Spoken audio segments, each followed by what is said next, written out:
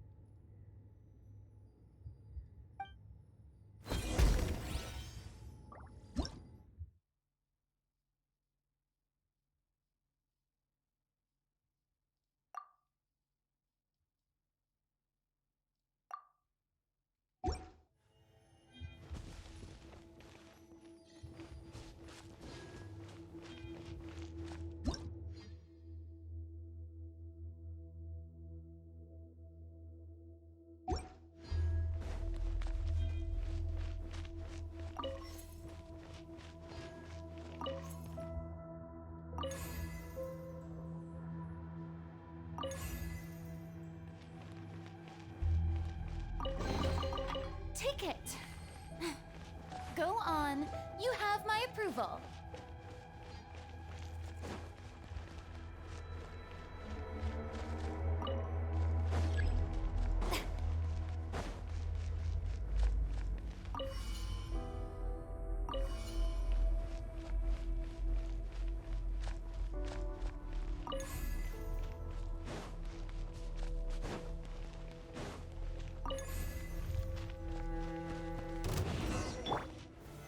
Stabilize! Shower me with praise! Shockwave!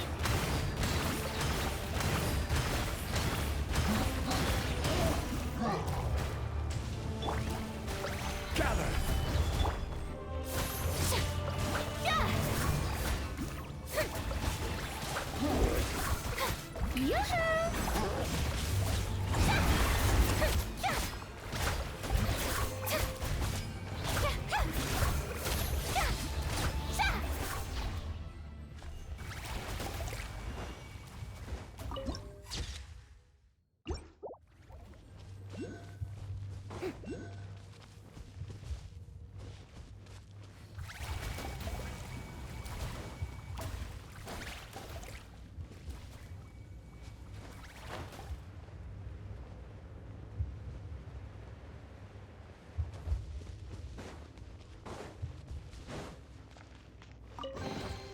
Take it. Go on. You have my approval.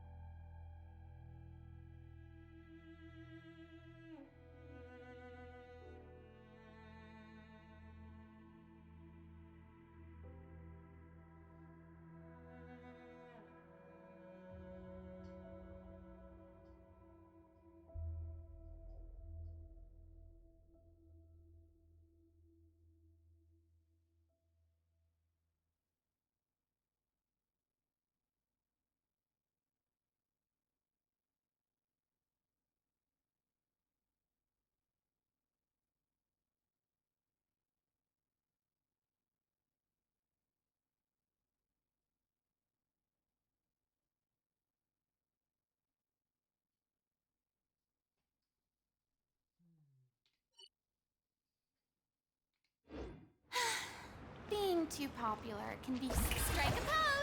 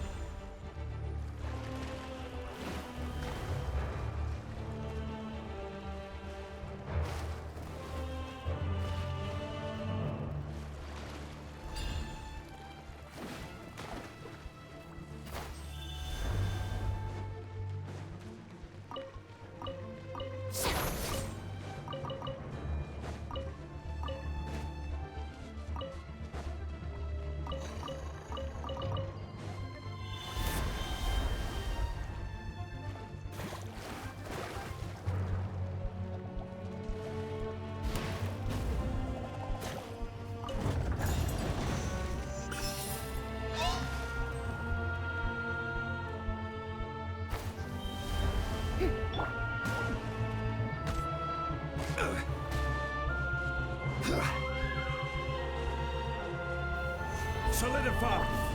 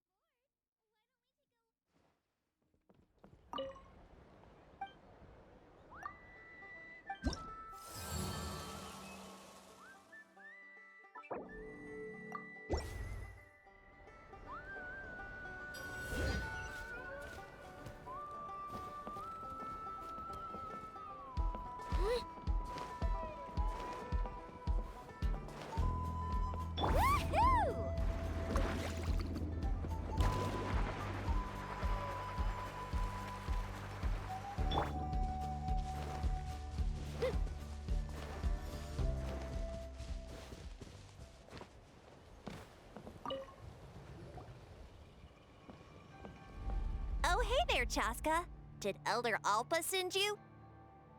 Yeah, she's got other things on her plate right now. How are things looking here?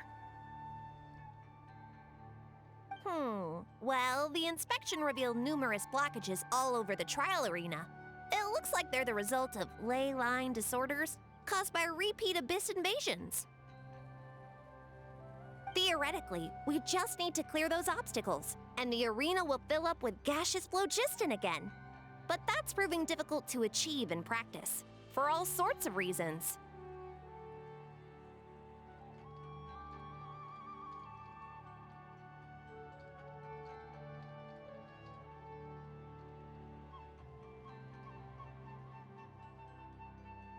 Why don't you head on down and check things out for yourself? Feel free to ask the staff for more details.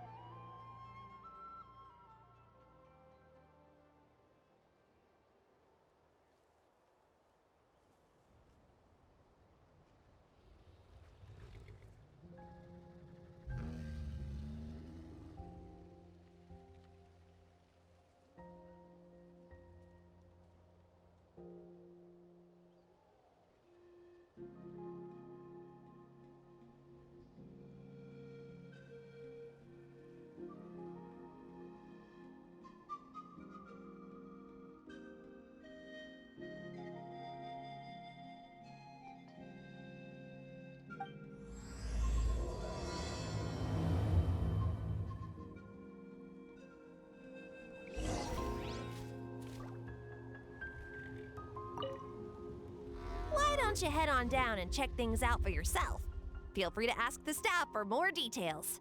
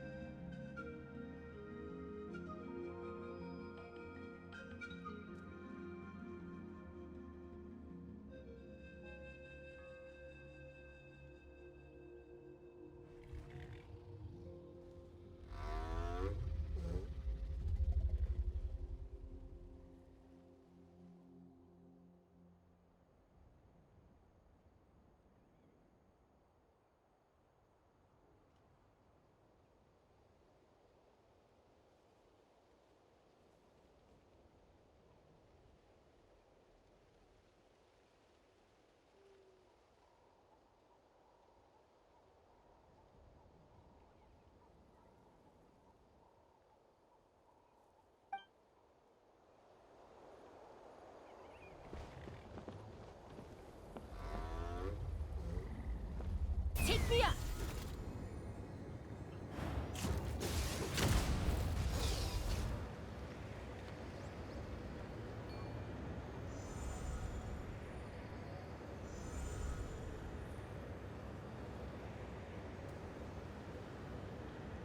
Coming in.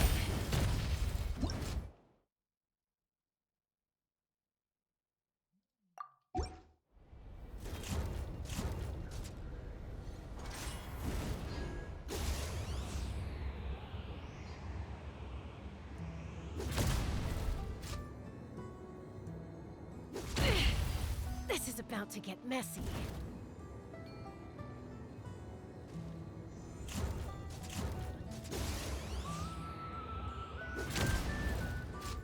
Coming in.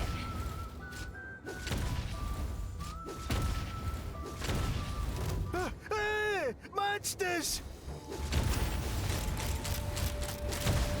Coming in. Open fire! Locked on! Locked on! Locked on! I thought I was done for. Oh, this spout should be good now. Thank you very much.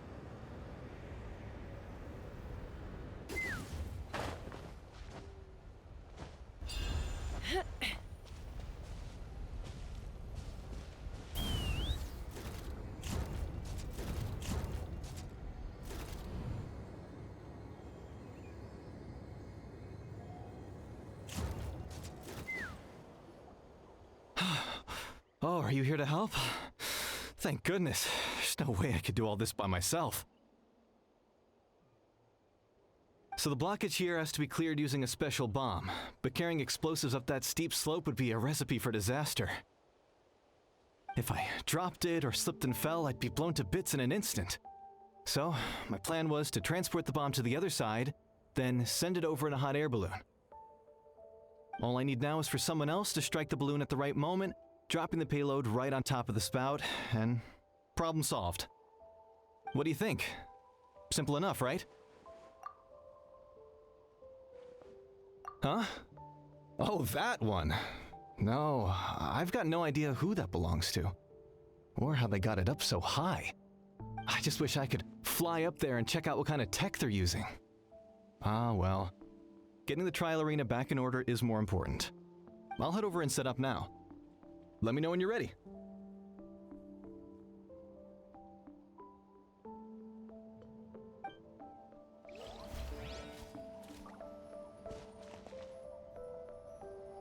All right! Get ready!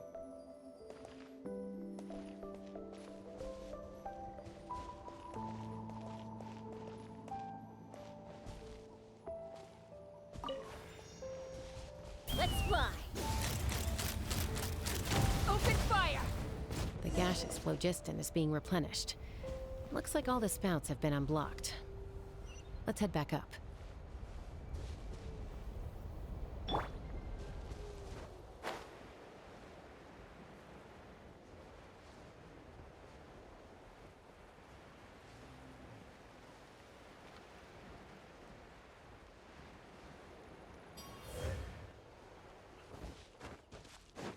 Right here.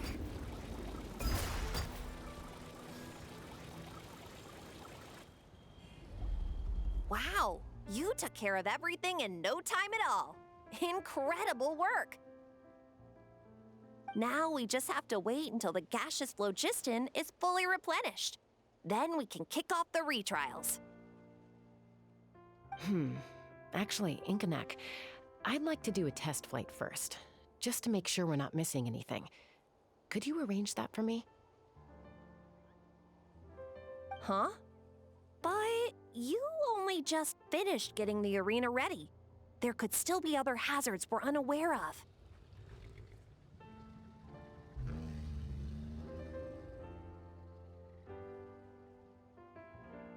All the more reason to have me test it out. Think of it as another inspection. I guess you're right. With your flying skills, you won't be in any serious danger, even if there are hazards we overlooked. The conditions in this area seem a little unstable, but a test flight is the only way to catch any lingering issues. All right, I'll get things set up for you. Just let me know when you're ready.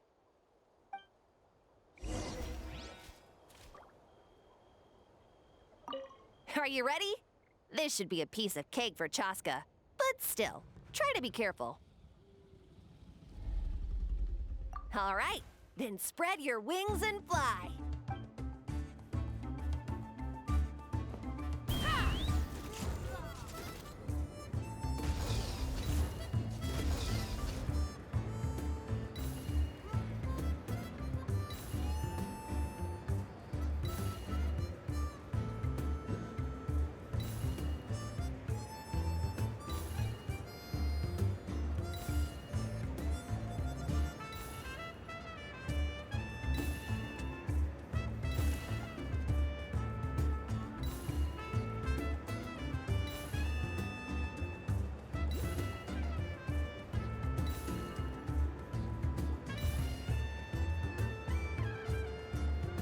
Watch out, or you'll get sick.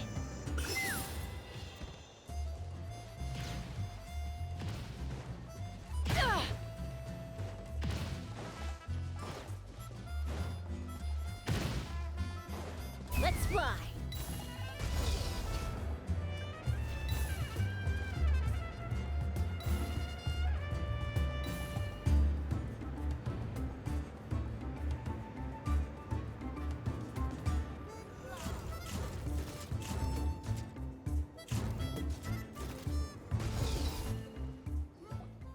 That was amazing. Paimon couldn't take her eyes off you. No, nothing major. Give it a few days, and we should be able to conduct the trials. Help! Help me! You're from the Flower Feather clan, right? Please, come quick, you've got to help us! Catch your breath first. What's the situation? We got attacked by a Kukasaur. My friends are still stranded in the middle of the road with the goods we were transporting. Please, I'm begging you, save them! Huh? Are Kukusaurs really that aggressive? Do they usually attack groups of people unprovoked? Not in my experience, but there are exceptions to every rule. Let's go check it out.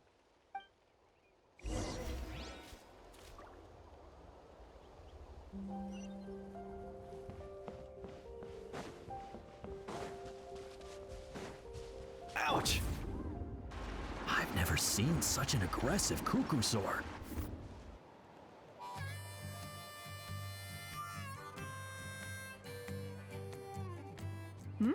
Chasca? Traveler? This is a surprise. Elder Alpa? Huh. So, where's this aggressive Kukusaur we've heard about? Already flew away. Looks like it backed off once it realized that reinforcements were coming. So why do you think it attacked these people in the first place? Was it after the food? No. These merchants are even transporting food. Ah! Thank goodness! The phlogiston wings are intact! Phlogiston wings. Thank you so much for coming to our rescue. These phlogiston wings are our most prized goods. If anything happened to them, it would ruin us. Wait a minute. Are you the merchants that were looking to collaborate with us? Wormy told me about you. Yeah, that's us. So I take it you're Elder Alpa? I am. You must be exhausted from your journey, not to mention shaking up from the attack. Let me bring you back to our tribe to rest. We can talk business after you've recovered. But Elder Alpa, what about the Kukasaur attack? Well, our guests here weren't seriously injured, and their goods are intact. Perhaps that Kukasaur was just having a bad day. There are so many of them around here. You'd expect something like this every once in a while. I don't think we need to pursue it any further. More importantly, how are the preparations for the flying trials going? Huh? Did you say flying trials? What a coincidence! Sounds like a perfect use case for our phlogiston wings. You'll be pleasantly surprised by what they can do. Oh, really? Now I'm intrigued. Well then, let's forget all about this Kukasaur attack for now. We have some serious business to discuss.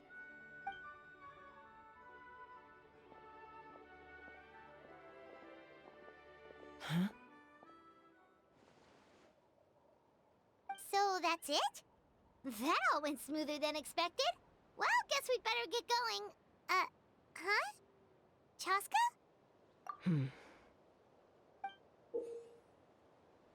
A blood-stained feather.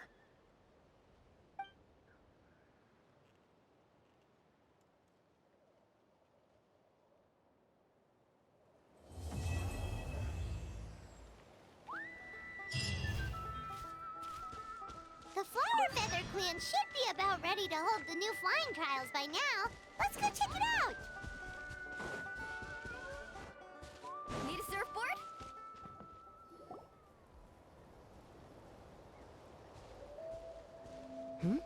Ah, Traveler and Paimon.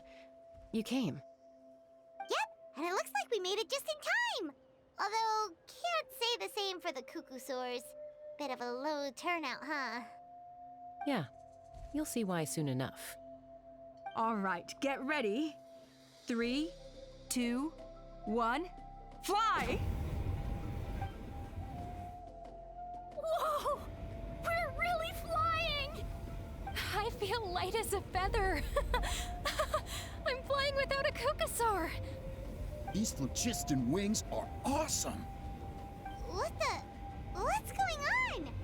Paimon can barely barely believe her eyes. How did they fly all on their own? The merchants we ran into that day were selling a product called phlogiston wings. It's a flying machine worn on the back. To operate it, you just use a handheld trackball that controls the flow of gaseous phlogiston. That's incredible. Yeah. If our tribe, well, if Natlan mass adopted this technology, it would revolutionize our mobility and responsiveness in times of crisis. Just think of the countless tragedies that could be averted. I feel like I'm dreaming. Did I really just fly on my own without the help of a Kukasaur? You'd better believe it. Plus, you just passed a flying trial. Right, Elder Alba? Elder Alpa? Should this really count as a pass if we did the trial using phlogiston wings? Why not? The scoring rubric is about flying performance. It doesn't specifically say you have to ride a Kukasaur, does it? Yeah, maybe, but I mean, even Chasca had to ride a Kukasaur in her trial, right? And the whole point of the trial is to test both your flying technique and your ability to work with a Saurian companion. Well, if we can fly by ourselves, maybe we don't need to test the ladder anymore. Chasca, Traveler, what are your thoughts on this new invention?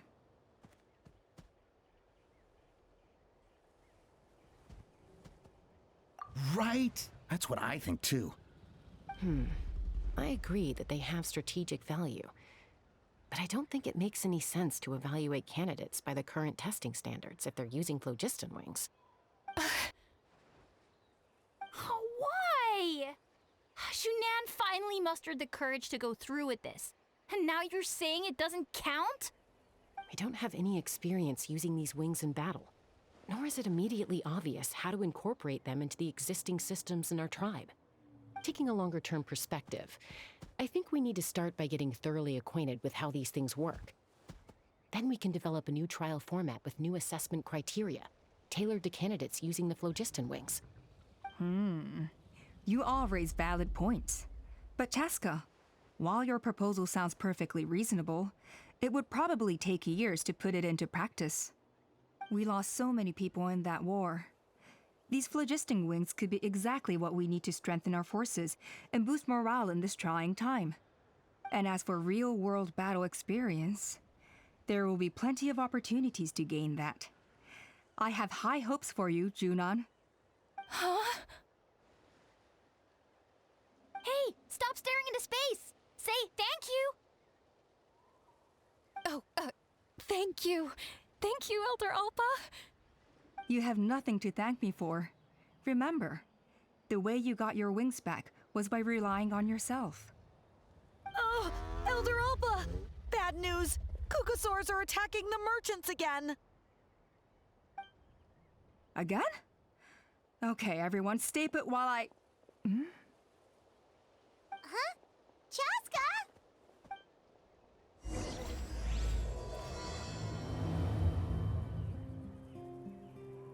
Why did Chasca rush off like that? And then Elder Alpa and the others too?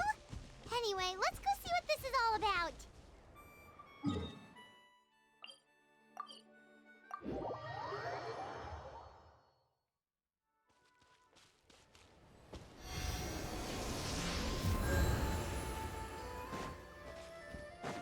Right here!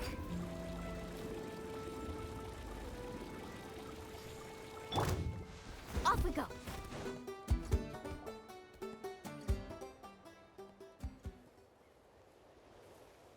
Oh, it's back! It found us again! Run! Get out of here!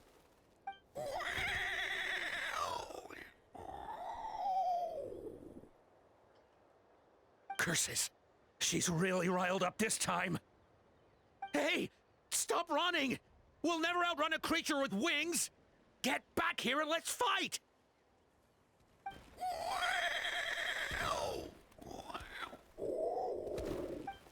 Stop!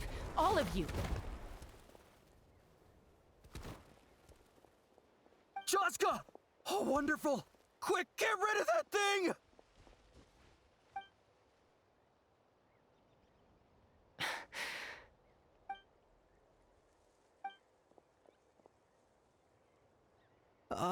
What's going on? Why isn't she doing anything?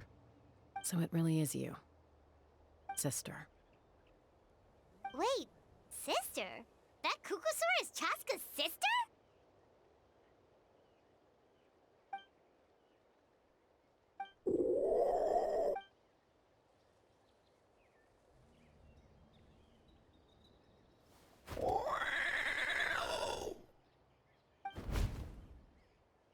Koya, wait!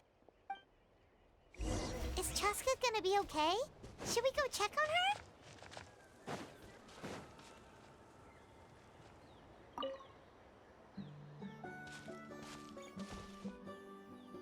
Chasca, are you okay? I'm fine. Sorry for making you worry. No point. She's an expert at hiding her tracks. Once she's shaken you off, you'll never catch up to her. At least, I always used to lose to her at hide-and-seek when we were kids. Well, yeah. You know I was raised by Kukusaurs. Anyway, she and I grew up in the nest together. Her name's Koya, and she's my big sister. We played together all the time, chasing each other through treetops or mountaintops. It felt like it would go on that way forever. Until the day I was sent back to live with the humans. Not all Kukusaurs are friendly towards people. Koya, for instance, she's fine with me because we grew up around each other, but she's not fond of other humans. When Mom decided to send me away, Koya strongly protested, and after I left, she became more and more reluctant to interact with humans. Maybe she thinks that humans stole you away from her. It's a possibility, but in any case, we still stayed best friends at first. I had a hard time adjusting to life in the tribe. So whenever something went wrong, I'd run off into the wild and vent to Koya. Ah, so that's what Uncle Cusco was talking about. He said you seemed to prefer hanging out with Saurians to your own kind back then. Yeah, I did. But then, gradually, everything changed. With a new mom and dad, a new tribe, and Koichi, I started getting curious about these humans and made an effort to understand their behavior. The more time I spent with them, the less I spent with Koya. And then, one day, it was Koya's turn to leave the nest. She sought me out and asked if I was willing to leave the tribe and go live in the wilderness with her. As far as I can remember, that was the first time she ever approached a human settlement on purpose. So, how did you answer her? Well, I wouldn't be standing here talking to you if I'd said yes.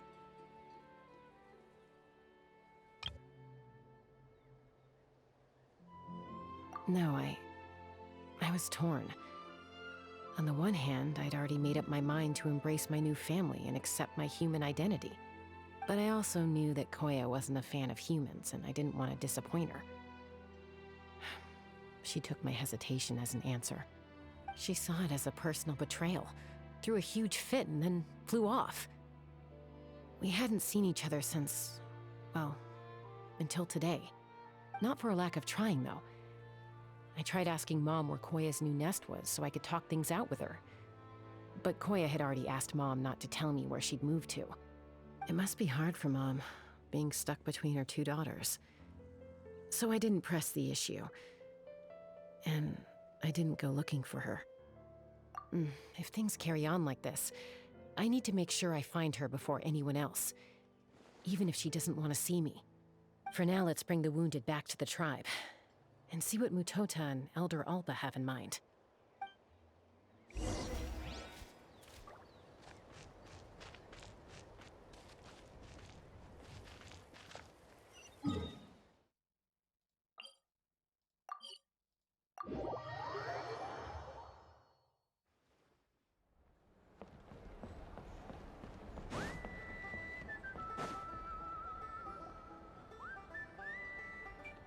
So, I hear there's been another Kukusaur attack.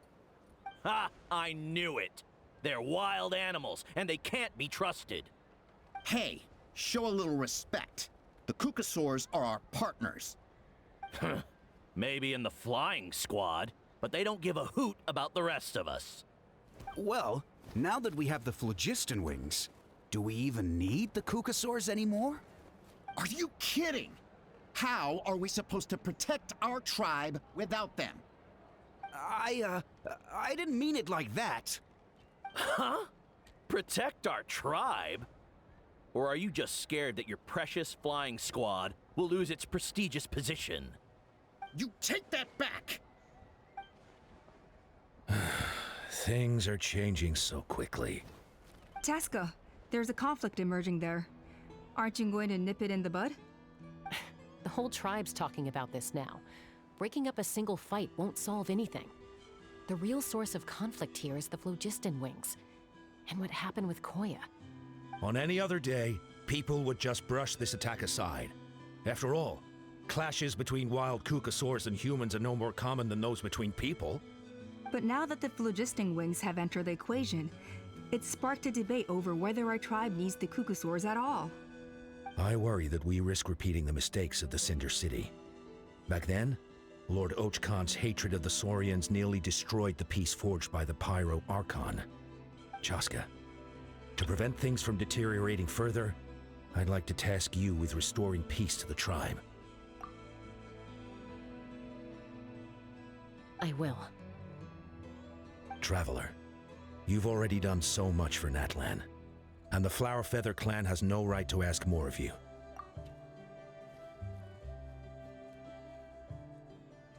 Thank you. And don't forget about Paimon. Just leave this to us. This whole situation has unfolded so quickly that it's put us on a back foot. To tell the truth, it makes me a little suspicious. You think someone might have orchestrated all this? It's possible. Leave it with me. I'll look into it. Also, Chasca, could you try to keep a low profile while you're out there digging around? We don't want to give our hand away. I'll do my best. Okay, so where should we start? This all began with Koya's attacks. If we can find out what led her to do it, that should give us something to work with. Unlikely. Given how she reacted when I showed up, I don't think she's forgiven me. If you want to resolve a conflict through dialogue, sometimes you need a third-party facilitator. Let's go see my mom.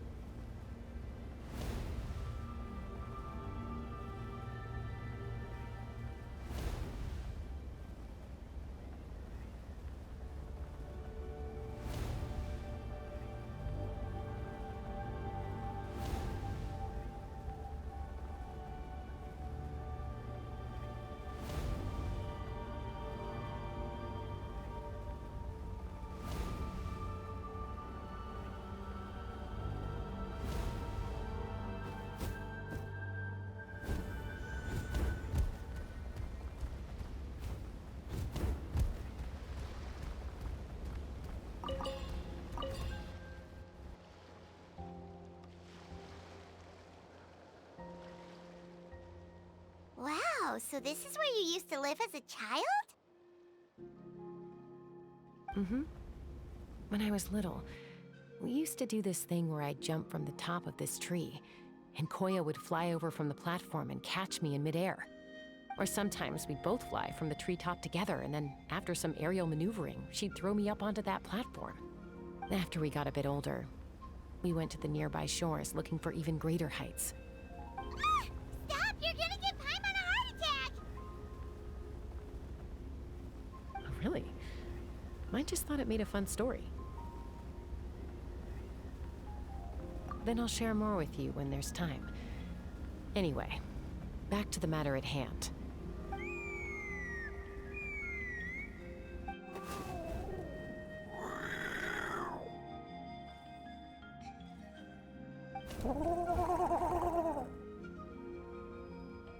Hey, Mama Bird.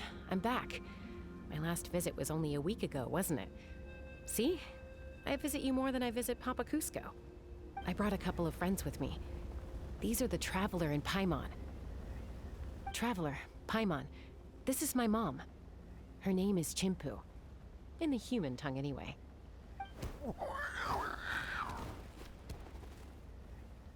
Hi! No, not really. I don't speak it as such, but I can sort of get the gist. Although only with Mom and Koya, since I spent my formative years with them.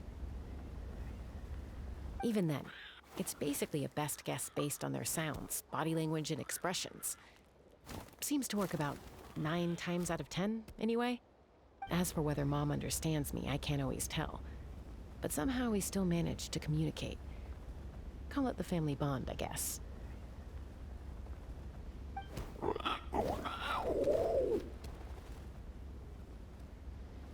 Don't worry. I'm doing well, but I think Koya might be in some trouble.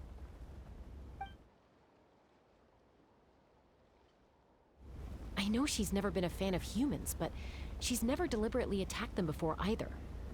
What's behind this sudden change? Does, Auntie Chimpu know anything? Doesn't look like it. Koya hasn't visited her in a long time. Then, could you please tell me where she's living nowadays? I really need to talk to her. If this animosity between her and the tribe continues, then the next time there's an incident, I don't know if I'll make it there in time.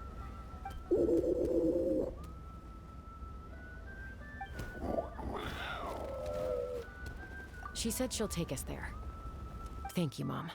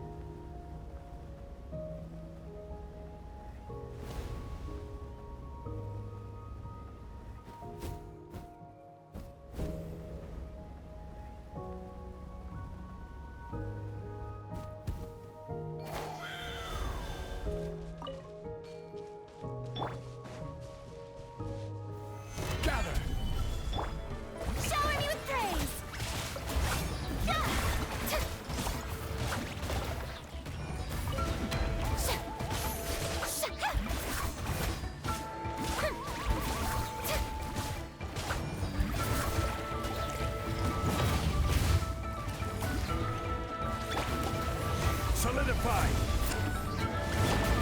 Strike a pose!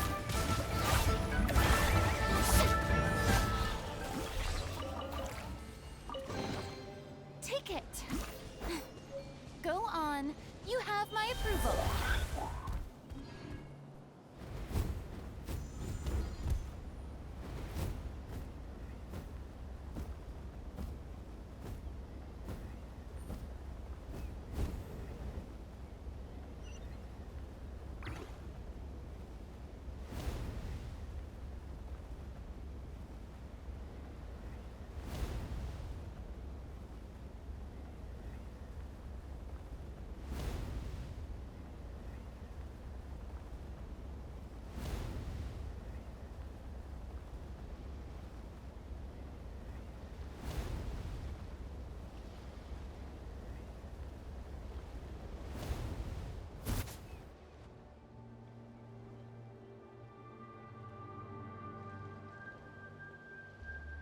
is a really remote location.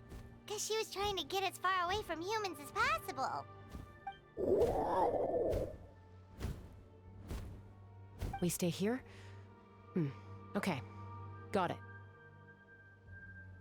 Traveler, Paimon.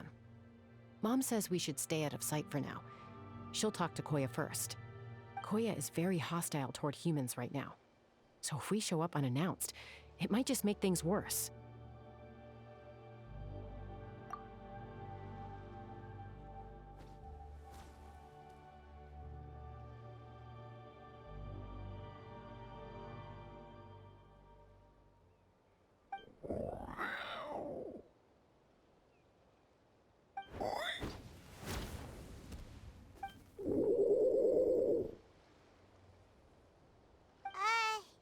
Any idea what they're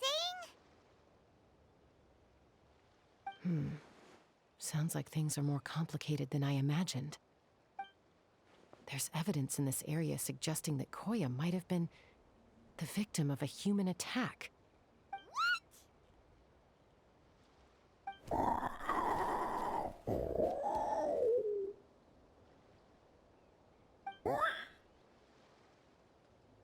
No! It's Chime, Koya's child. The attackers kidnapped her. They came over the sea, under the cover of night, and they took Chime. What the heck? Who would do such a thing? I searched day and night, and finally found them.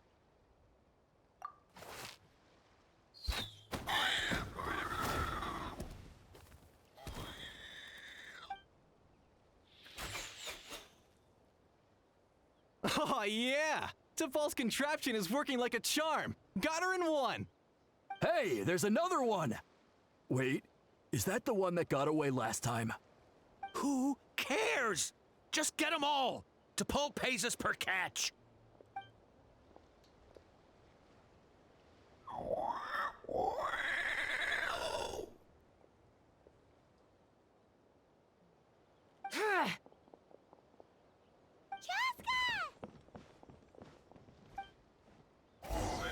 Chasca?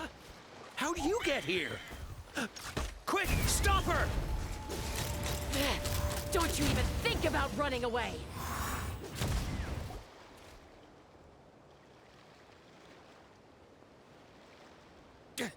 Don't come any closer, or I'll... Go, Phlogiston Wings! Take me out of here! Uh-oh, looks like it malfunctioned. This is bad. Mom and Koya are already injured. And if that thing explodes right next to them... Help! Elemental energy suppresses it! Please, someone! Get back!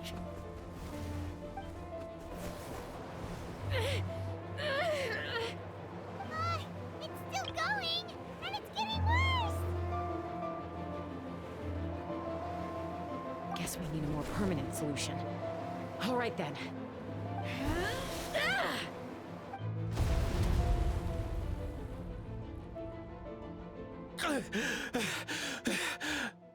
That was too close. I thought I was gonna die.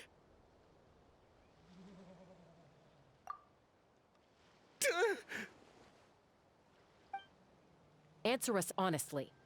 Were you the ones who attacked Koya before?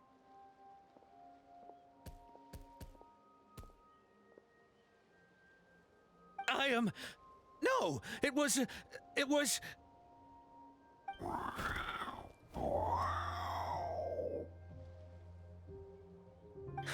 Well, she says it was you. Just tell me, who sent you here? It was T'Pol. He told us to catch all the wild Kukasaurs we can find. And he also said that this Kukasaur has become a thorn in his side, so it needs dealing with urgently. T'Pol? Huh. Sounds familiar. But where from? Well, he tends to send his orders in writing. He pretty much never communicates with us in person. When he does, he wears a mask to hide his face. And whenever we trade Kukasaurs for phlogiston wings, we deal with his henchmen. So you didn't even make those wings? All we did was slap some labels on them and transport them over here, to make them look like they're imported.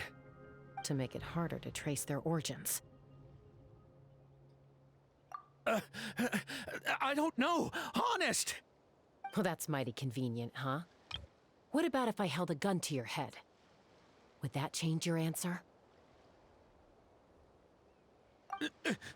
No need. I'm sorry. I'll tell you everything I know.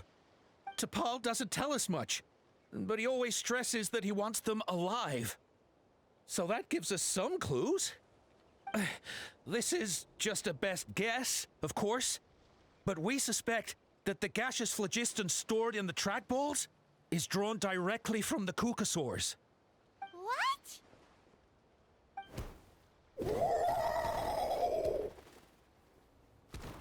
Easy now. You're still injured. Hey, keep talking. Yes, ma'am. So, the gaseous phlogiston has to be highly refined in order to power the phlogiston wings. The slightest imperfection can have disastrous consequences, as you just witnessed. But the Kukasaurs have a natural ability to process gaseous phlogiston. So, if you use them as an intermediary, then...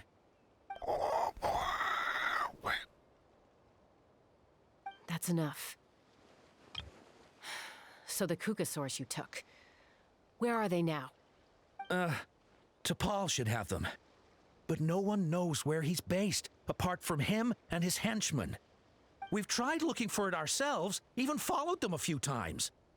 But we always end up losing track of them. Random thought. Maybe they're hiding up in the sky? T'Pol. T'Pol. I'm sure I've heard that name. Maybe it was...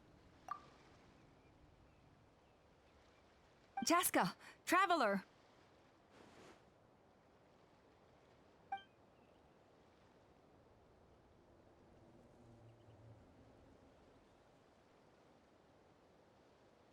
That voice! It's Alpa!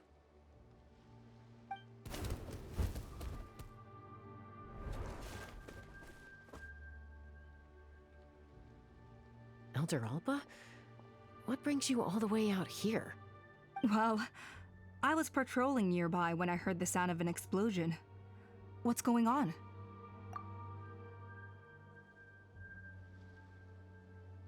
I don't believe it. Elder Alba, does the name T'Pol ring a bell to you? I feel like I've seen it written down before. Maybe in a list of candidates for the flying trials? Huh? So he's a member of your tribe then? No. If he was a member of the Flower Feather Clan, I'd definitely know him.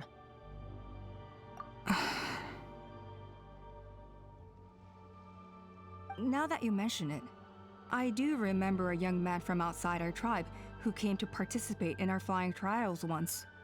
You were away on a mission at the time, which is probably why you don't remember him. He was a craftsman from the Children of Echoes, but he'd always dreamed of soaring the skies, so he wanted to join our flying squad. The Children of Echoes? That's rare. But despite his best efforts, he unfortunately failed to pass the trial and gain the Kukasaur's approval. In the end, he went wingless and returned dejected to the Children of Echoes. Wingless, huh?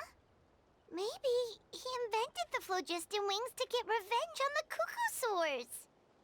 Perhaps. Or maybe it's simply his way of dealing with his regrets over his past flying endeavors. Either way, it doesn't excuse his abuse of the Kukasaurs. I'm gonna take these guys back and expose the truth to the tribe. It's time for this conflict to end. Easy, Chasca. Remember what I said about keeping a low profile? The ringleader still hasn't shown himself, and this man's allegation about powering the phlogiston wings with Kukasaurs is only speculation. Bringing these men to the tribe now won't win over any current supporters of the phlogiston wings. In fact, it may even escalate the conflict further. After all, many are mistrustful of the Kukasaurs after recent events. Is that why T'Pol waited until now to try to capture my sister? I don't know. I mean, he did tell us to spread negative rumors about the Kukasaurs and slip some Mora to anyone opposed to them, but... But Koya only attacked humans because they stole her child! Nevertheless, we will be hard-pressed to change people's minds while emotions are running high. Unless we have irrefutable evidence. Bravo! My thoughts exactly. In the meantime, leave these men with me. I'll escort them back to the tribe. I'll take the other members of their crew into custody too. They won't get another chance to stir up trouble. Fair enough. I guess finding T'Pol is gonna be the key to resolving this conflict. Let's hope the Children of Echoes have some info on him.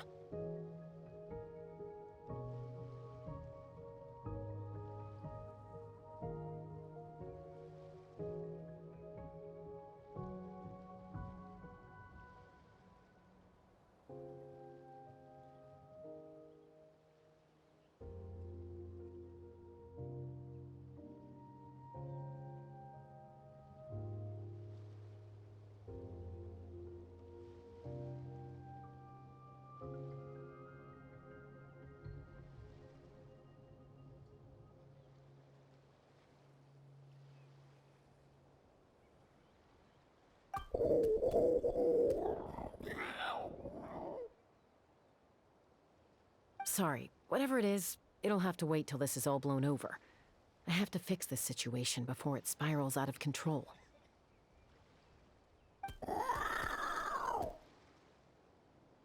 Mom, Sis, rest up and get well soon.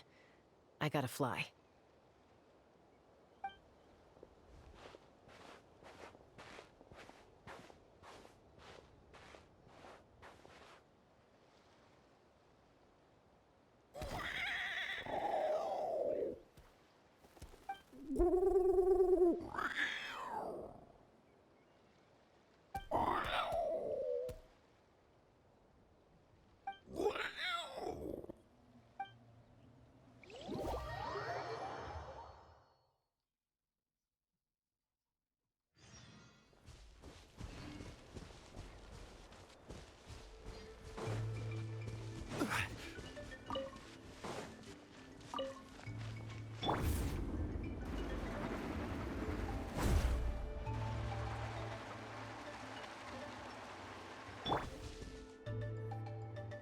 So Appa says that T'Pol's from the Children of Echoes. But how do we track him down? Just ask around until we find him? Let's start by talking to someone we know. It'll be faster that way. At this time and place, I'll bet the easiest person to find is... Wakey, wakey, Shilonen! Oh, it's you. Okay, give me a second. I'll come down.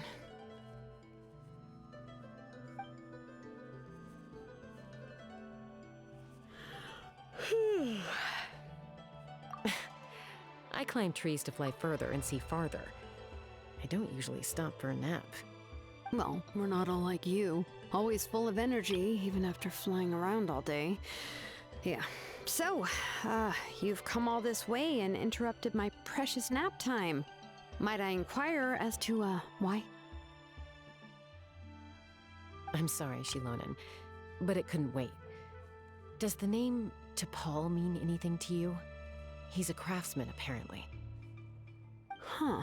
T'Pol. Yeah, that rings a bell. I think that's Puma's child. Nope, I'm afraid you're a few years too late. Why are you looking for him?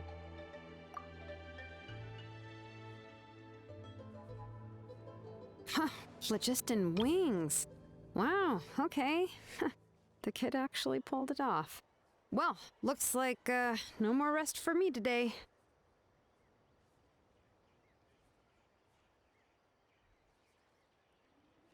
Pulled it off?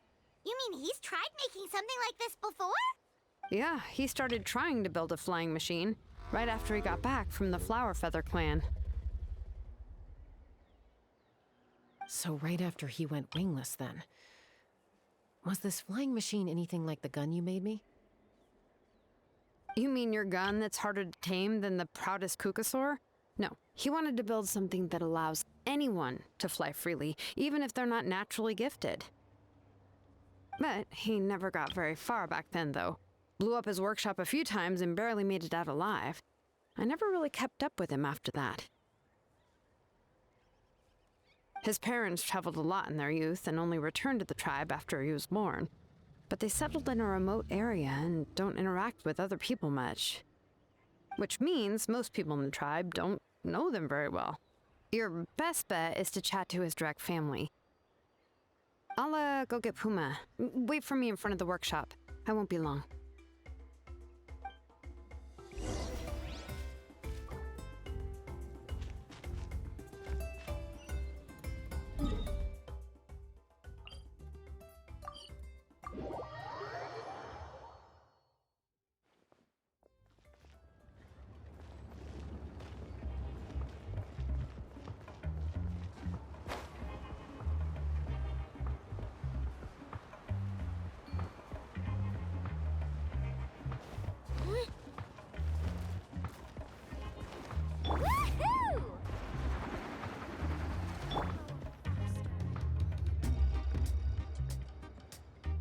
I'm back.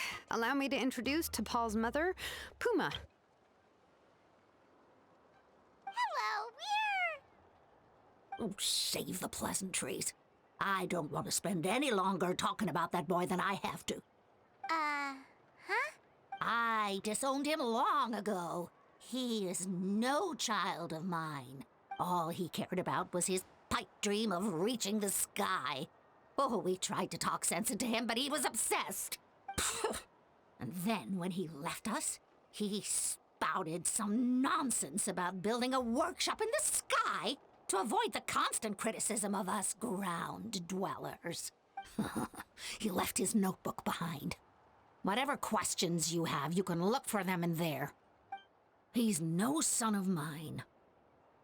He never called me Mom anyhow.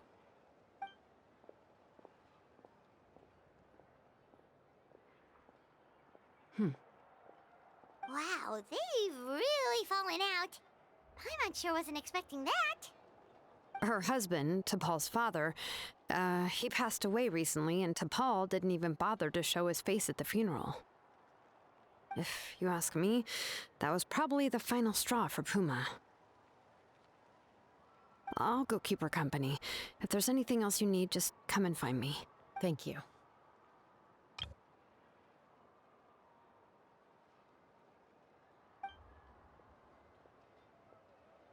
Okay, so this notebook is the only lead we got now, right? What's in there?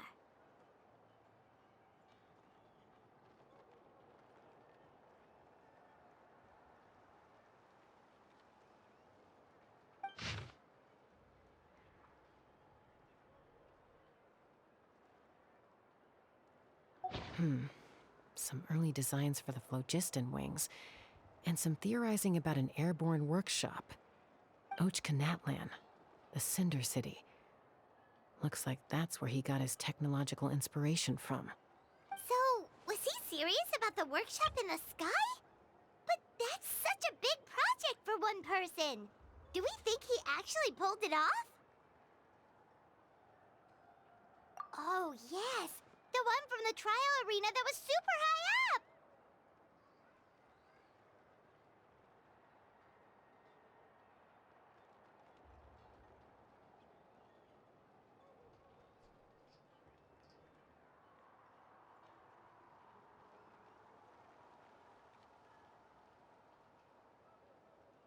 That balloon has been there for a while, and everyone's been wondering how it got up there, but what if that's the wrong question? What if it started off even higher up, above the clouds and out of view, and it only descended to its current height due to some kind of malfunction? Part of T'Pol's workshop? Seems likely. If T'Pol's base had been hiding above the clouds this whole time, that would definitely explain why Isidore couldn't find it. I totally called it! But how do we get up there? Chasca, can you even fly that high? By myself? Possibly. but with a passenger, no chance. I doubt even phlogiston wings could take you up that high. At least, not without that relic DePaul mentioned in his notebook. Yeah, and he's probably holding on to it. We'll have to find another way. Nope. That's way beyond Paimon's altitude. Also, would you really expect Paimon to go up there and take on DePaul all by her— Let's not worry. Just because we can't think of a solution doesn't mean no one else can. I'm not the only flying expert in my tribe, you know. Oh, good point. We should go ask Elder Alpa! And Mutoda. He was quite the flying ace back in the day, too. Let's head back and see what they suggest.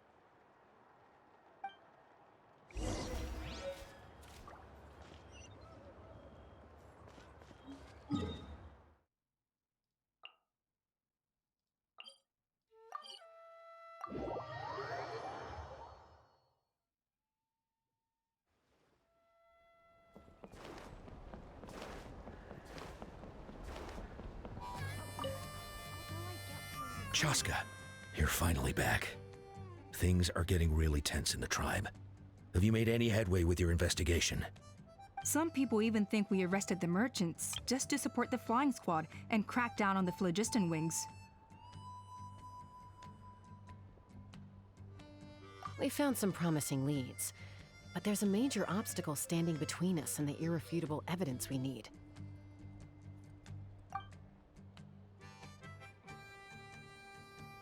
A relic from the Cinder City? So Ochcon's still managing to sow discord, even after all these years. An airborne workshop and a hot air balloon above the trial arena. And that's where you're trying to get to now? Neither phlogiston wings nor a Kukusaur can take you that high up. Do you really think that's where T'Pol is hiding? You know what? There might just be a way. Really? Do you still remember those spouts in the arena? When they were all blocked, the gaseous phlogiston was trapped and unable to flow. But now, it's flowing freely. If we were to block them up again... You mean all of them except the one at the very top of the arena? To build up the pressure there? Precisely. With all the gaseous phlogiston flowing through one spout, it would create a high-pressure wind current. And then we just ride it up into the sky! Yes, it has its risks, but with Chasca's abilities, I think she could manage it. It's an extremely risky approach, but I agree that it's feasible. If you want to give it a try, check with Inkanak at the trial grounds. She can explain how to block the spouts. Chasca, if anyone has a hope of seizing this evidence from the high heavens, it is you.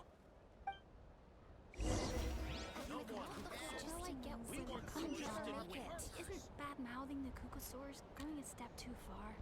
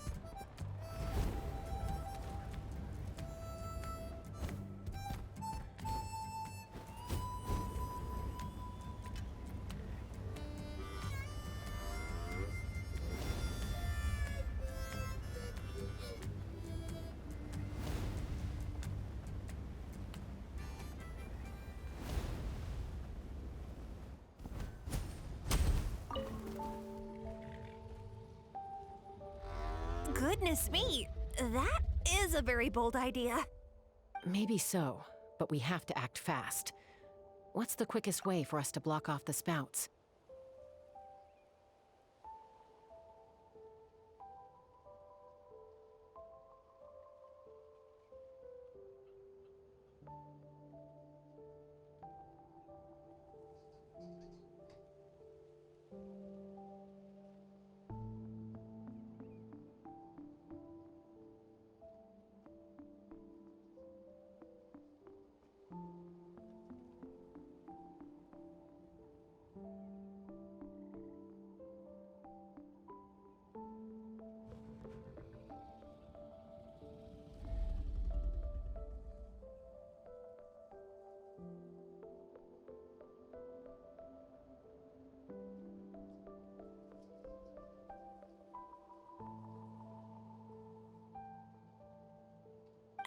From a technical perspective, I'd have to advise taking some measurements and carefully planning this out first. But I'm guessing that's not what you want to hear. Then we'll have to take the rough and ready approach. See the solid phlogiston over there? Our prior inspections revealed that some kind of stable structure has formed inside, making it highly damage resistant. It's not without its weak points, but unless they're all struck at the same time, the structural integrity won't be threatened. So, what happens if we do strike them all at once? It'll collapse. Okay, I see where you're going with this. Yeah, you got it. As long as you hit all the weak spots at once from the right angle, the solid phlogiston will fall right on top of the spout and block it up. You're right about rough and ready. Sounds like my kind of plan.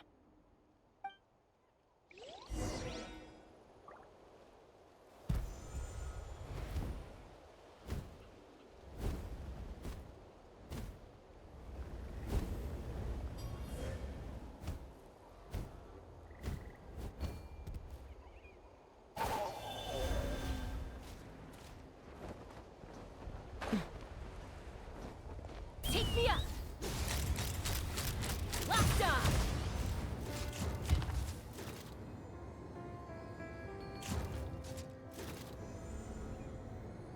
Yeah!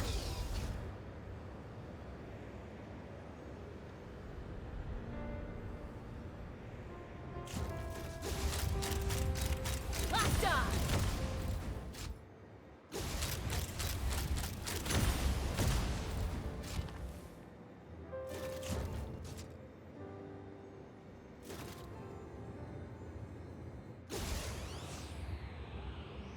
Look!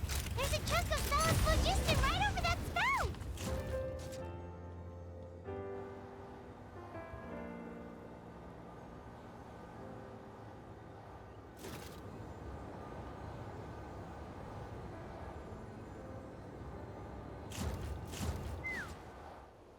It actually worked!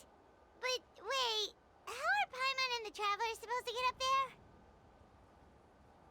Koya can give you a lift.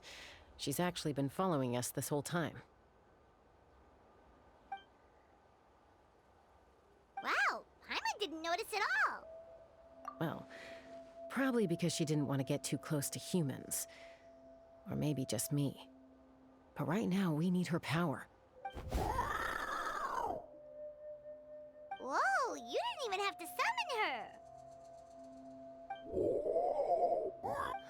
Yes, up there. That's probably where Chime is. All right, let's go have a little talk with this T'Pol.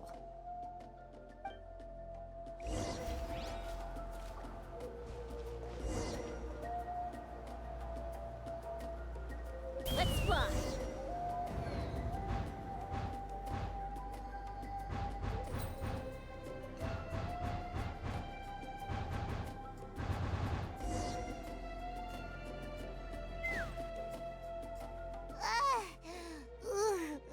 Haven't ever flown that fast before. Aha. Just as I thought. It might look like a regular hot air balloon from the outside, but up close, it's clearly been heavily remodeled. And sure enough, it only descended below the cloud line because the custom-built machinery malfunctioned. I should be able to figure it out with T'Pol's notebook. Thankfully, I know a little DIY from fixing up my guns when they're having issues. That should just about do it. Now all it needs is a nice hard kick. Maybe that works on your guns, but... Huh? We're really moving!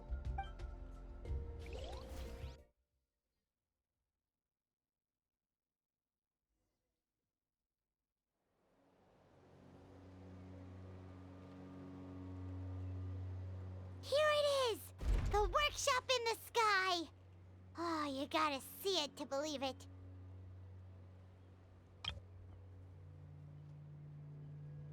Makes you wonder why T'Pol even bothers with phlogiston wings when he has tech like this.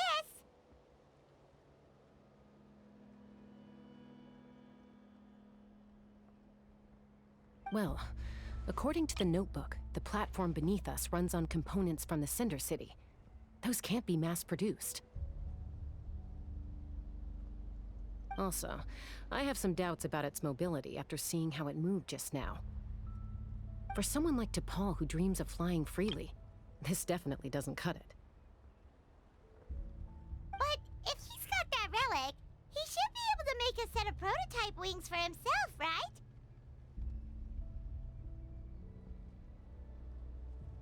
Why bother making a whole flying workshop so he can mass produce them? But this doesn't add up. If he's already achieved the power of flight, then he must have bigger dreams we don't know about. With any luck, we'll find the answers in his workshop.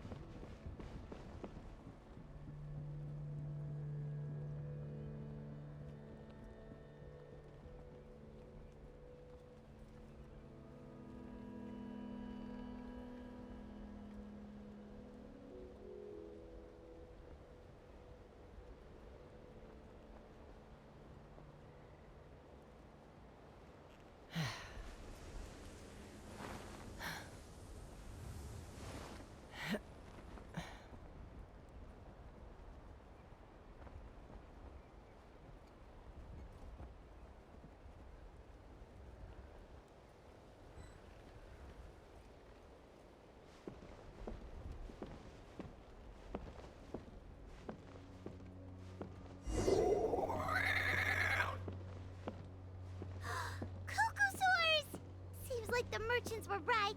T'Pol's using them for his own ends. I'll bet that mechanism on top of the cage opens the door. Let me give it a try.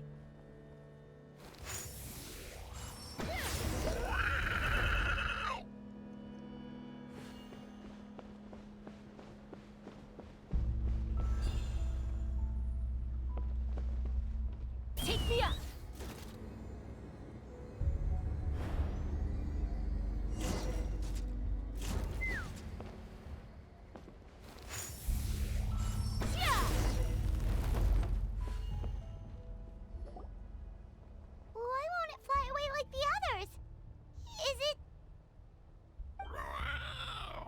She's still breathing, but barely. By the looks of it, T'Pol was using these cages to extract phlogiston from the cucosaurs. Once a cucosaur is drained of phlogiston, it becomes too weak to move. We'll have to come back for these ones after dealing with T'Pol.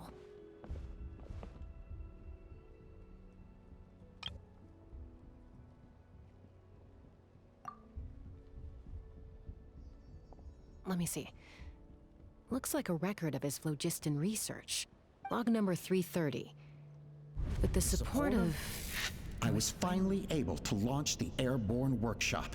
Even though it relies on the relic for 80% of its power supply, I've at least taken the first step. Log number 348. Research on the relic is progressing well. I should be able to replicate the technology and scale up production very soon. Has proposed a name for this groundbreaking invention, the phlogiston wings. I think I'm getting close. Soon I will achieve my dreams. Log number 377. Encountered some issues with the new smaller model phlogiston wings. The gaseous phlogiston showed some volatility during the refinement process. Thinks we should proceed at a more cautious pace with the refinement experiments. But after so many past failures, I have to prove that I will succeed this time. Log number 114 ran an experiment using cucosaurs to refine gaseous phlogiston. Hit log number 117. I've started recruiting merchants and hunters to capture wild cucosaurs. Log number 121. Major breakthrough in the efficiency of phlogiston yield. Huh? So many parts have been crossed out! Yeah, probably the contact he alluded to in his other notebook. Guess he has a benefactor.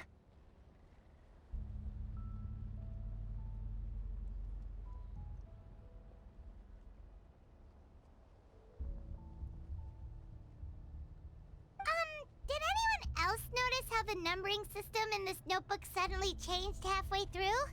We haven't got time for textual analysis, I'm afraid. Grab the notebook and let's press on.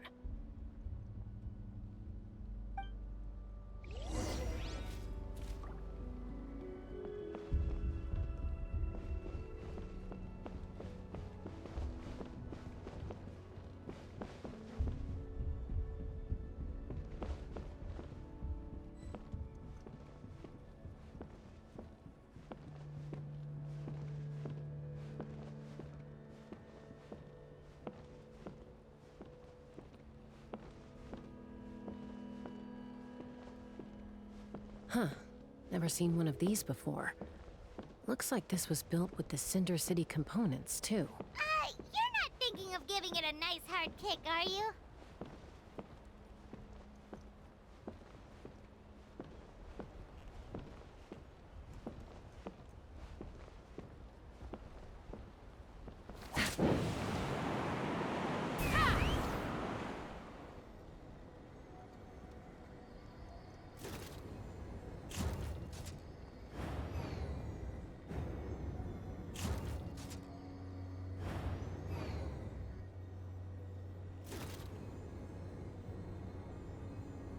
Whoa! What's that mechanism doing? It's asking for a nice hard kick where it hurts. Aim for the weak spot.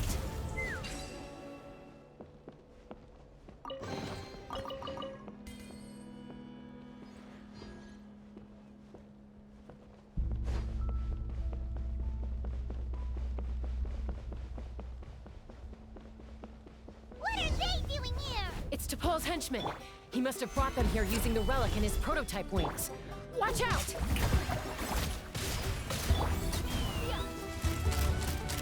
Bullseye!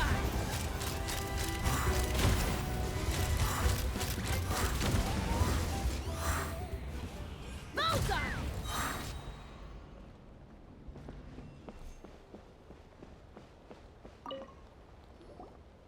Hey, look here! More of T'Pol's notes!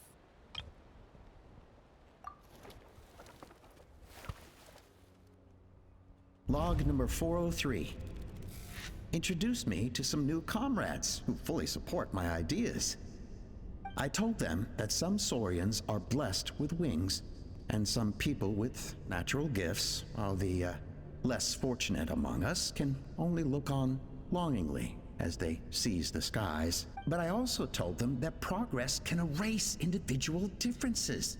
Think of the tools humanity has made to fight back against wild beasts. The law we have put in place to even the playing field between the strong and the weak. I promised them that our research will be the new frontier of human progress. With our phlogiston wings, the power of flight will no longer be for a select few to enjoy. Imagine a world where the skies are for all to share. I only hope that when we finally achieve this goal, will be proud of me. Imagine a world where the skies are for all to share. Yes, what a wonderful world that would be.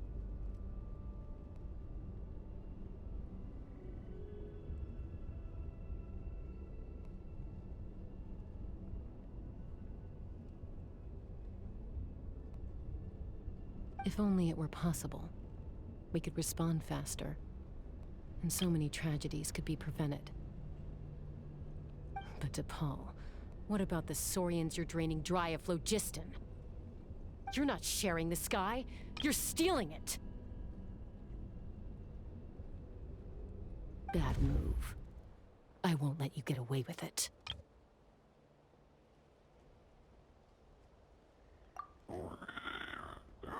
I'm fine. Let's keep moving. I don't think we'll find anything else here.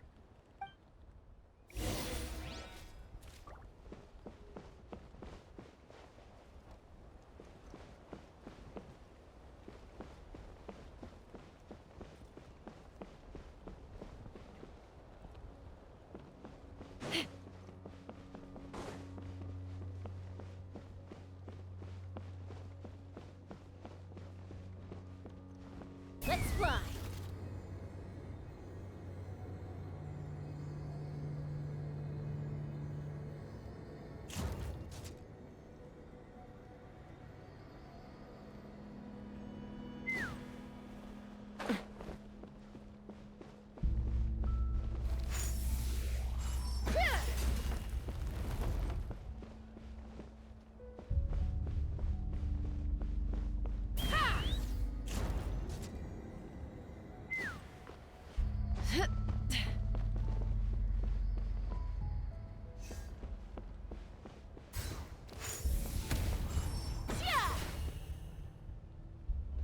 Take me up!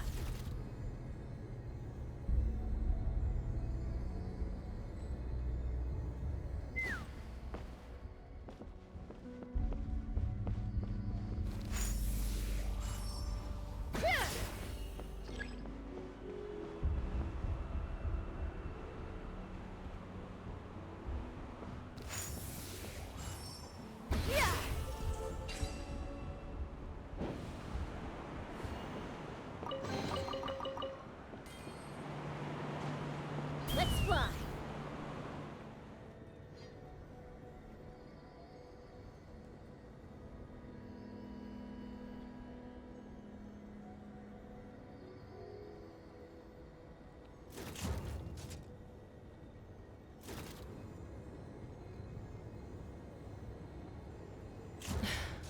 I can't believe he captured so many Kukasaurs.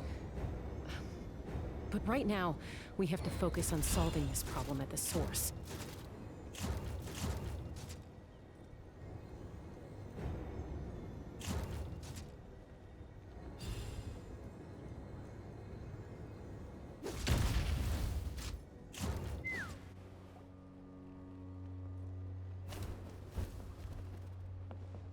Looks like we've reached the center of the workshop. And still no sign of Koya's baby.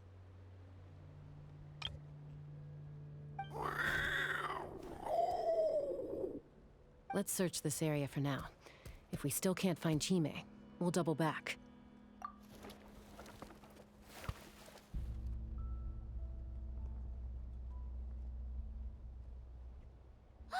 Chasca, Traveler, come quick! What is it? Did you find Chime? Not yet, but look! It's another one of T'Pol's notebooks! All right.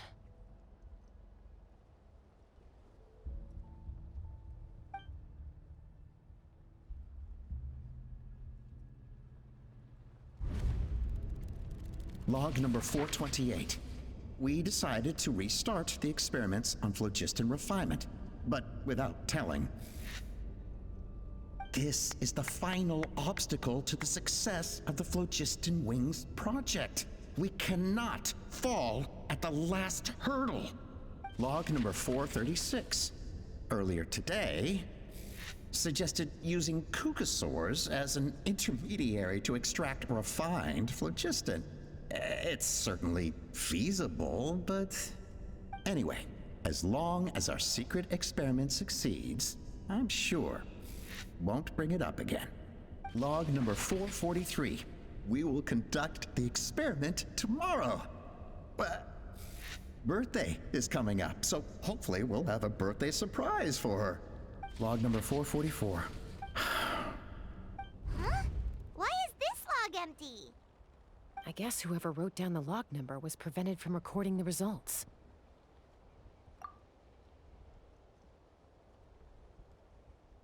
Log number 0. We lost many comrades in the accident. Among them are friends, lovers, and children. But we cannot stop now. We will keep their legacy alive and carry their dreams. As of today, we are scrapping the artificial refinement method. Instead, we will focus all our efforts on phlogiston extraction from live cucosaurs. They are arrogant beasts whose existence in the wild serves no one but themselves. Their true worth lies in their sacrifice for the sake of human progress. To facilitate our operations, we will gradually move the airborne workshop closer to the Flower Feather clan, even as we continue to expand it. All this we do to create a world where the skies are for all of humanity to share. All this we do to make T'Pol's dream a reality. Given the way this is written, not to mention the fact that the numbering has started over from 0, it kinda sounds like this is someone new. Does that mean that T'Pol's already... There's also a letter tucked in the end of the notebook. It's from Puma.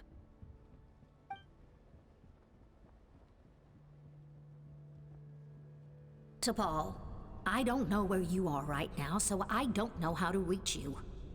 My best bet is to send this letter to the Flower Feather clan. Your father is gravely ill. Oh, I know we've had our differences in the past, but he is still your father. Won't you come and visit him? I know you never liked him and cared even less for me. All you ever yearned for is the sky. And your birth mother. But we'll still be waiting here for you if you do come back. This may be the last chance you'll get to see your father. So Puma's not T'Pol's real mom? Huh. Well, she did say he never called her mom, but Paimon assumed she was just venting. We know that T'Pol's father passed away quite recently, and this letter looks recent. By contrast, the writing in this notebook is old and faded.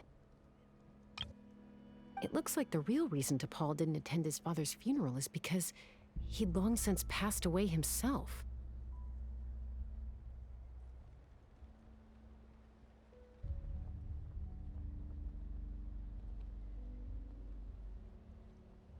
If we ask ourselves why this letter was sent to the Flower Feather clan, why T'Pol always yearned for the sky, and how he got his hands on a relic from the Cinder City, it all points to one answer. That's right. T'Pol was my child. He was born during my days as a wingless wanderer.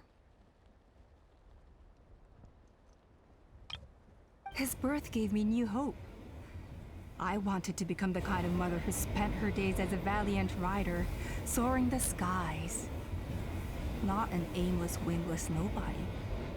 But his father wanted to settle down, to give his child a safe, sheltered life in his tribe. We fought about it constantly, until the love we once had for each other was gone. He started a new family, with another traveler who was also looking to return home. And I went back to the Flower Feather clan. I had no idea that despite being raised among the children of echoes, my child still harbored dreams of the skies. Can you imagine, Chasca? The joy and surprise I felt when he showed up at my door, asking to join the flying trials. Or how proud I was when he said he wanted to prove his own worth, rather than relying on my position as elder. And then the anguish that overcame me when he was rejected by the cucosaurs and became wingless, just as I had after my injury. You've got a lot of nerve showing your face here. Don't take this the wrong way, Chasca. I'm not here for a fight. I just want to talk.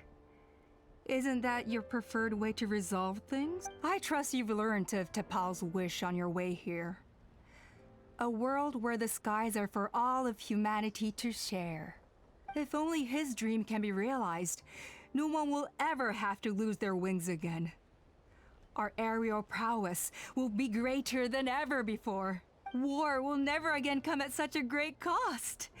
The loss of Koichi is a tragedy that need never be repeated. So tell me, Chasca, do you really wish to see the phlogiston wings forever grounded and gathering dust? Nothing you've said excuses all the conflict you've caused. You mean the argument back at the tribe? It was a necessary measure. Sometimes this is the only way to accelerate the pace of progress. Is a mother harming her children when she coaxes them into swallowing a bitter pill? Of course not. It is a brief moment of suffering for the greater good, and the child would come to understand this in due course. The phlogiston wings are that bitter pill. We will never progress as a tribe if we cling to the scraps the Kukusaurs offer us. Once the people have embraced the phlogiston wings, they will never look back. Even if they learn how the refined phlogiston is sourced, they will convince themselves that the sacrifice of a few Kukusaurs is a small price to pay for our dominion over the skies. But this I had not anticipated. I barely had the chance to introduce the phlogiston wings to the tribe before you found this place. Your plan was hardly foolproof. Yet, it can still be salvaged. Chasca, traveler, you are the hope of humanity. I'm sure you have your doubts about my methods, but know that my love for humanity and for Natlan is genuine. You know me, Chasca. And you know that I've always treated everyone in the Flower Feather clan as my own children, as fellow humans. Surely you can understand my perspective. Hey, quit the quips! This is serious! Ulpa, Natlan doesn't belong to humans alone. And truthfully, neither do I.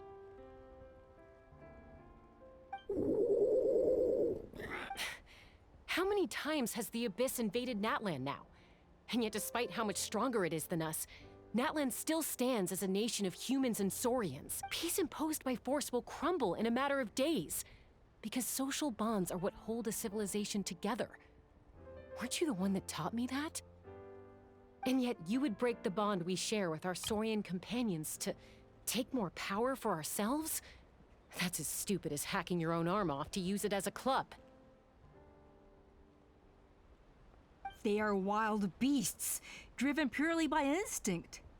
How could they possibly understand human social bonds?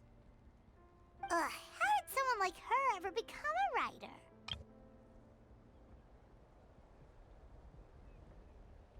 Ha! You overestimate them. They bow to the strong and shun the weak. That's all there is to it. They never gave Tepal a second glance when he was at his lowest, nor me when I returned injured from the Cinder City. It's all about survival of the fittest for them. Plain and simple. They obeyed me once I proved myself stronger than them, but the moment it serves them better, they'll abandon me in a heartbeat. You're wrong, Ulpa. They only reject the wingless because they don't want to fly anyone to their death. Chasca, I will promise you this. Only the unruliest wild Kukusaurs will be used for phlogiston extraction. The ones who have nothing else to offer to humanity.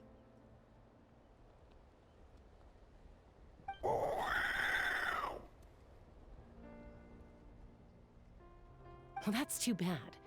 Because I know a few unruly wild Kukusaurs who don't think that idea is gonna fly. Namely my mom, my sister, and me. And the others? To us, they're friends, family, even children. So if you want to put any of them in one of your cages, you're gonna have to go through us. Is that right? I knew you might be difficult to convince. Maybe this will change your mind.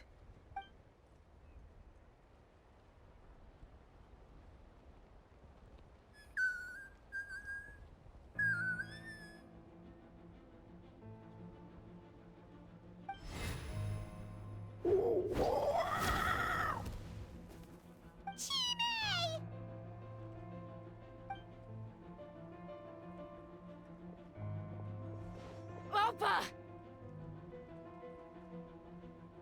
Careful! Don't make any rash decisions. Unless you want to see her suffer. Oh no, that's one of the extraction cages! I told my subordinates to take control of the tribe while I was away. Luckily for them, our strongest warrior and our most powerful ally aren't there to stop it. Take control? What are you planning to do with Mutota and his supporters? Merely accelerate their inevitable downfall. They cannot stand in the way of progress forever. It is not the move I wish to make, but I'm afraid you and your friends force my hand. And since you insist on imposing me too, I have no choice but to keep you here until the dust has settled. So that's what you meant by I just want to talk. You never intended to negotiate. You just wanted to stall us. No, Chasca. I genuinely hoped I could win you over. You are the strongest warriors we have. Put down your weapons, and I promise you that no harm will come to this young Saurian. I just need you to stay here for the next couple of weeks or so, while my people consolidate their power. Then, I will give her back to you, and you'll be free to leave. As long as the majority supports our vision, even the Pyro Archon cannot meddle in our internal affairs. Your vision is deranged, and the Flower Feather Clan will never support it. You sure about that? Then wait here and see. Time will tell. What do we do? Even if the whole tribe fights back, Mutota's in grave danger! Stop delaying the inevitable! Drop your weapons and get into the cages, now! She's still holding Chime hostage. Is there really no other way?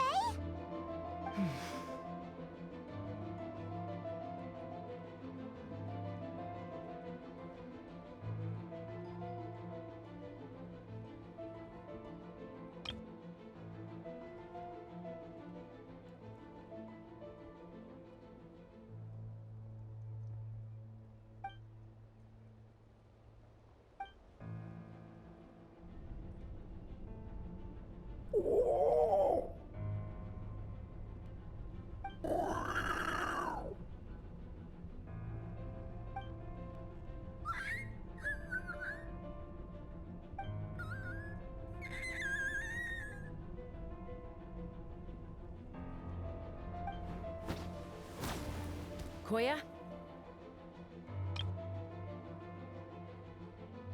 Huh?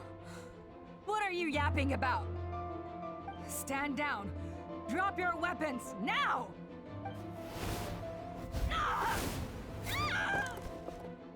No! The relic!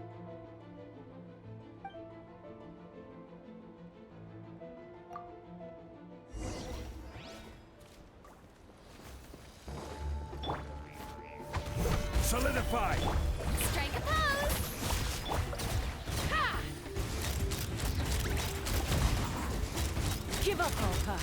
We're negotiating my way out, and this ain't your strong suit. Hey, something's up with this relic!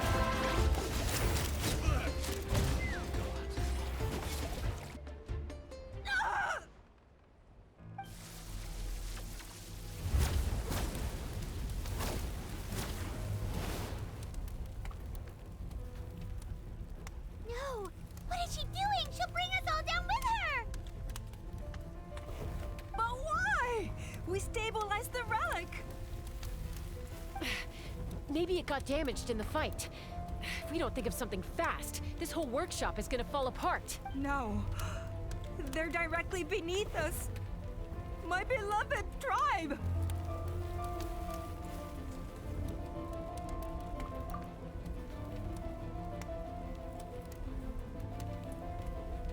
Okay,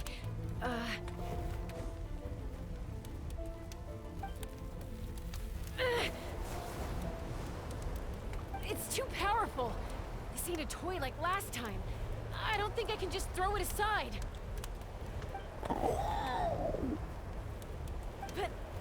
We need to get it far away before it explodes. Then the tribe will be safe, and so will this workshop. Koya, remember when we were kids? Come on, let's take this thing high up into the sky. Don't worry, I know I can get rid of it before it explodes. We're talking some surface wounds at most. All I need is for you to catch me at the end, just like old times.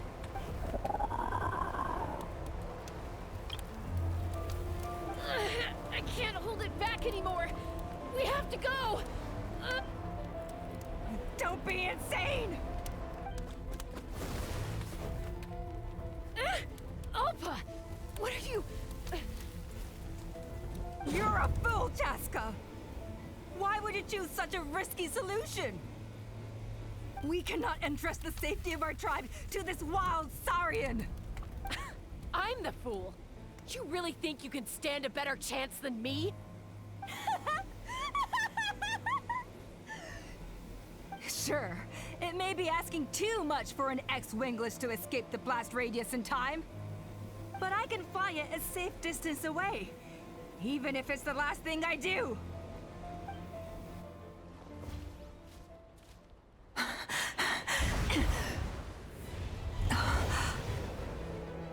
Here, these should be high enough to save the clan.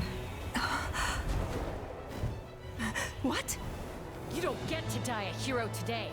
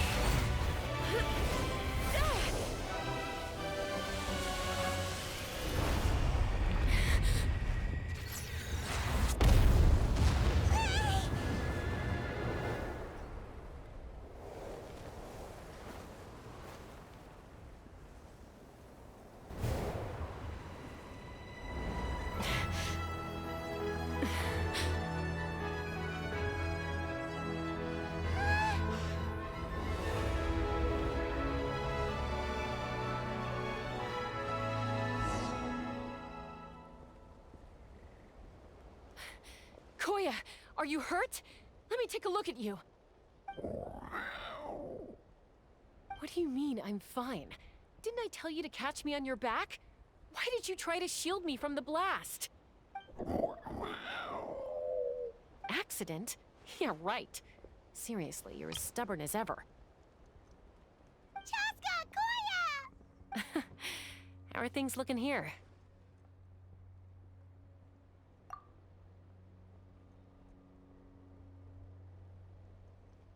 I think that's putting it mildly.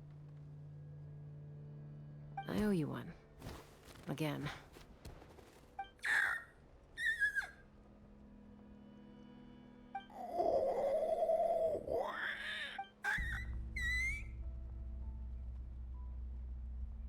Oh, but be honest. Do you still think Kukasaurs can't form bonds?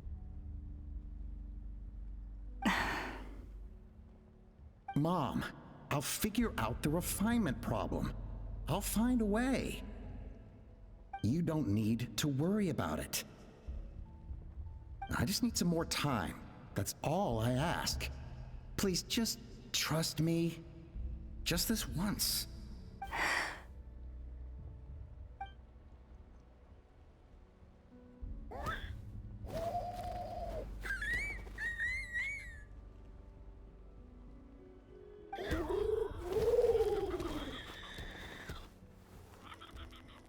The Flower Feather Clan yield to the strong.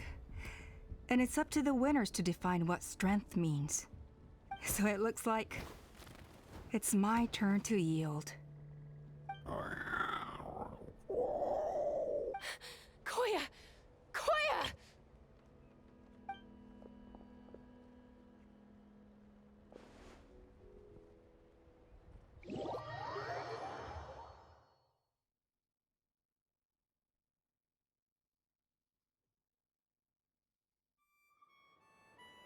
So, you're absolutely sure it's not because of the explosion? Yes, for the 10,000th time, I'm sure. The blast barely touched her.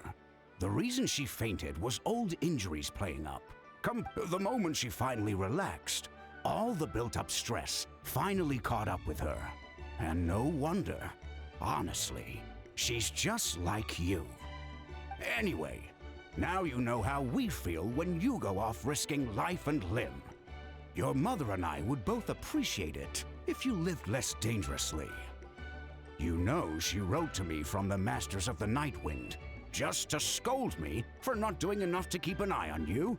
If she wasn't so busy with work, you can bet she'd come back here and chew us both out in person. I'll find an opportunity to apologize to her. I promise. You'd better. No more avoiding us, okay? And don't get me started on all the checkups you've missed. Got it. Got it. Huh? Koya, you're awake. I'll go let everyone know. Hey, but we're not done talking. What are we gonna do with her, Even after everything that's happened, she still hasn't figured out how to start the conversation with you. She keeps saying, I don't think Koya has forgiven me yet. But if you ask me, she's the one who's scared to open up and have an honest conversation. For all her confidence, she's a very sensitive soul underneath. You'd think as a peacemaker, she of all people would know how to reconcile with her family after a falling out. She must have been a handful growing up. Thank you for being there for her.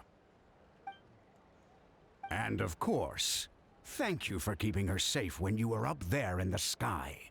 Koya, Uncle Cusco, we're here!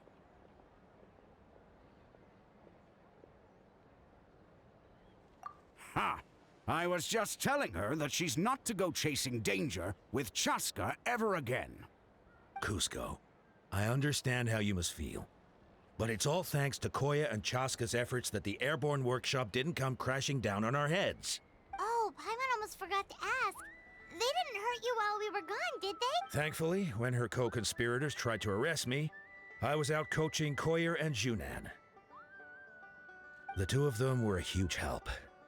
They took care of things while I went around rallying the resistance. So, in the end, Alpa's would-be revolt didn't really get off the ground.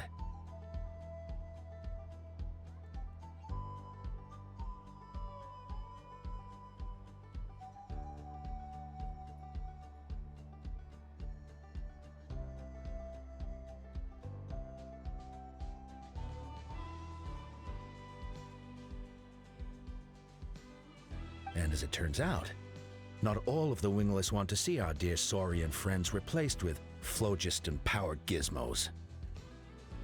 I'm so sorry you got mixed up in this, by the way. We should have caught on to Alpa's scheme sooner. We could have saved so many Kukasaurs from getting hurt. Most of the airborne workshop has now been dismantled. We've just left one small, harmless part intact, and repurposed it as a jail for Alpa and her cronies. Let's see how they like being locked up in a sky prison.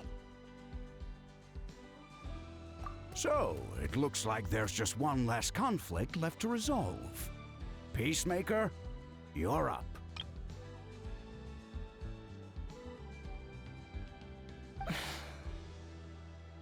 I said I had to wait until things had blown over, didn't I?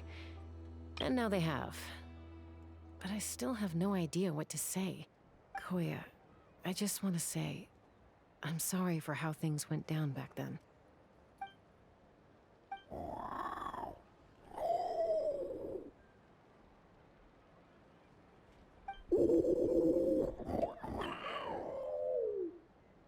Huh?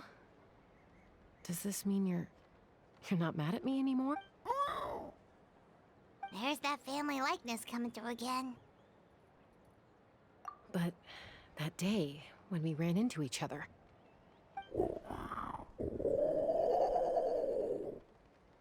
Huh? So then, when did you finally make your peace with it?